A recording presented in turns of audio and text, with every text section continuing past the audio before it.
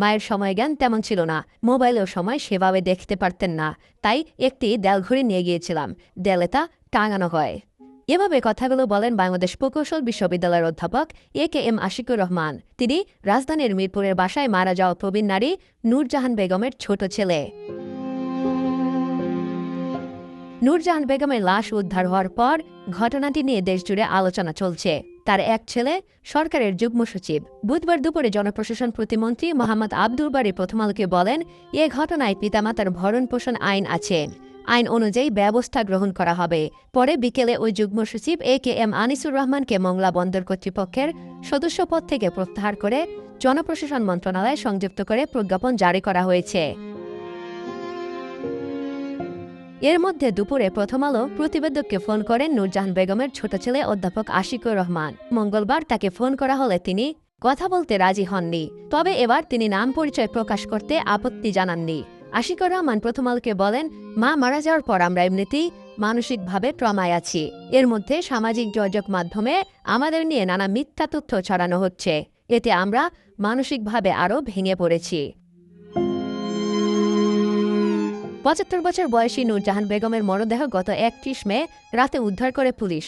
নূরজাহান বেগম তার মেয়ে ফাতেমা নাসরিন সুলতানার সঙ্গে থাকতেন। তিনি মেয়ের ফ্ল্যাটেই মারা যান। তার মরদেহ উদ্ধারের পর থেকে বিষয়টি আলোচনায় আসে। সামাজিক যোগাযোগ মাধ্যমেও বাসার ভিডিও ফুটেজ ছড়িয়ে পড়েছে। তাতে দেখা যাচ্ছে নূরজাহান বেগমের ঘরসহ পুরো ফ্ল্যাটের অবস্থা অত্যন্ত নোংরা, অস্বাস্থ্যকর। মৃত নূরজাহান বেগমের ডান চোখে সাদা ফাঙ্গাসের মতো পড়ে ভয়াবহ অবস্থার সৃষ্টি হয়। পল্লবী থানার সংশ্লিষ্ট কর্মকর্তারা বলছেন, মরদেহ উদ্ধারের সময় তাতে পোকার অস্তিত্ব দেখেছেন। আশিকুর রহমান জানান, তাদের বাবা মোহাম্মদ আবুল কাশেম বাংলাদেশ অভ্যন্তরীণ নৌ পরিবহন কর্পোরেশনে চাকরি করতেন। ২০০৮ সালে তিনি মারা যান। আর বোন ফাতেমা নাসরিনের স্বামী মারা গেছে ২০১৭ সালে। তার কোনো ছেলেমেয়ে নেই, সে কারণে বাসায় মা মেয়ে দুজনই থাকতেন। অধ্যাপক আশিকুর রহমান বলেন, মা মারা যাওয়ার পর থেকে অনেকেই বলছেন ছেলেমেয়েরা তাকে দেখভাল করেননি। বিষয়টি সত্য নয়। আশিকুর রহমান বলেন, ২০০৯ সালে মাকে তিনি নিজের কাছে নিয়ে আসেন। ২০১১ থেকে ১২ সালে তিনি দেশের বাইরে ছিলেন, তখন তার শাশুড়ির বাসায় মাকে রেখেছিলেন। ২০১৩ সালে আবার নিজের কাছে আনেন। মা মাঝে মধ্যে চাঁদপুরের মতলবে নানা বাড়িতে গিয়েও থাকতেন। ২০২০ সালে করোনার সময় মায়ের করোনার চিকিৎসা করান। ২০২৪ সাল থেকে মা তার বোনের সঙ্গে থাকছিলেন জানিয়ে আশিকুর রহমান বলেন, তার মায়ের মধ্যে সবকিছু নিয়ে সন্দেহ করার প্রবণতা ছিল, অনেকটা সিজোফ্রেনিয়ার সঙ্গে মেলে। তবে এ নিয়ে মাকে কখনো চিকিৎসক দেখানো হয়নি। তার বাবা বেঁচে থাকা অবস্থায় মা কোন একটা ওষুধ খেতেন বলে জানান তিনি। সামাজিক যোগাযোগ মাধ্যমে ছড়িয়ে পড়া বোনের বাসার ভিডিও ফুটেজ প্রসঙ্গে আশিকুর রহমান বলেন, বাইরে থেকে কেউ বাসায় গিয়ে কাজ করবে এটা বোন পছন্দ করতেন না। নিজেও শিক্ষকতা করার পাশাপাশি বাসা পরিষ্কার রাখতে পারতেন না। এর মধ্যে আমি নিজে কাজের মানুষ ঠিক করে পাঠিয়েছিলাম, তবে ১ সপ্তাহের মধ্যেও সেই লোককে বাদ দেওয়া হয়। মা নিজেও পছন্দ করতেন না। একবারে কিছু করতে গেলে মা সন্দেহ করবেন, তাই এ নিয়ে আসলে আমার কিছু করার ছিল না। আশিকুর রহমান জানান, ৩১ মে বিকেল ৪টার দিকে তার বোন ফোন করে জানান মায়ের কোনো সাড়া পাচ্ছেন না। এরপর নার্স ডাকাসহ অন্যান্য কাজ সামলাতে হয়। মা মারা যাওয়ার পর থানা, পুলিশ, গ্রামে নিয়ে দাফন সহ অন্যান্য কাজে ব্যস্ত থাকতে হয়। এর মধ্যে বিভিন্ন মাধ্যমে বিষয়টি নিয়ে নানা ধরনের তথ্য ছড়ানো হচ্ছে। নূরজাহান বেগম যেভাবে নোংরা পরিবেশে মারা গেলেন তা অস্বাভাবিক কিনা এই প্রশ্নের জবাবে আশিকুর রহমান বলেন, বিষয়টা কিছুটা অস্বাভাবিক, তা নিয়ে সমালোচনাও হতে পারে, তবে মিথ্যা তথ্য ছড়ানো কোনোভাবেই কাম্য নয়। এসব বিষয়ে কথা বলতে ৩ জন ফাতেমা নাসরিনের মুঠোফোনে প্রতিবেদকের পরিচয় দিয়ে মেসেজ পাঠিয়ে ফোন করা হলে তিনি ফোনটি ধরে কেটে দেন। ২ জন দুপুরে তার বাসায় গেলেও কেউ দরজা খোলেননি। এ বিষয়ে আশিকুর রহমান বলেন, আমার বোনের কাছে মা থাকতেন। এই বোন মানসিকভাবে বেশি ভেঙে পড়েছেন। এ সময় তাকে বিরক্ত করা ঠিক হবে না। এ বিষয়ে ২ জন পল্লবী থানার অফিসার ইনচার্জ বলেন, পোস্টমর্টম রিপোর্ট আসার পর আইনগত ব্যবস্থা নেওয়া হবে।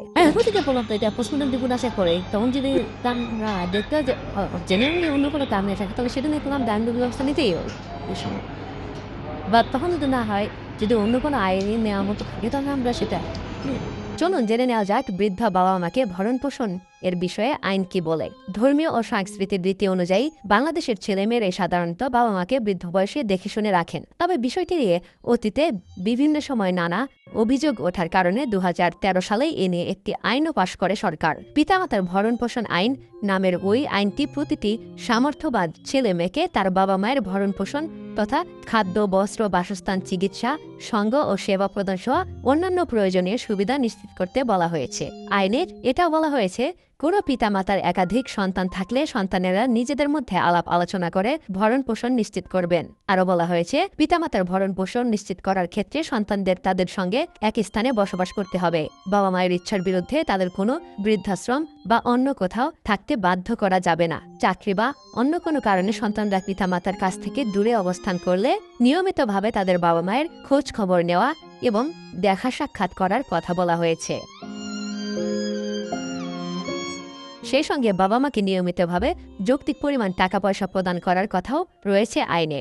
আইন অনুযায়ী ছেলে মেয়ের অনুপস্থিতিতে নাতি নাতনিরা তাদের বৃদ্ধ দাদা দাদি বা নানা নানির দেখাশোনা করবেন।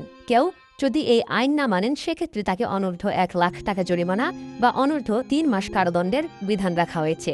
স্বামী স্ত্রী বা সন্তানের কেউ যদি এই আইন বাস্তবায়নে বাধা দেন তাহলে তিনি একই শাস্তি ভোগ করবেন বলে আইনে বলা হয়েছে।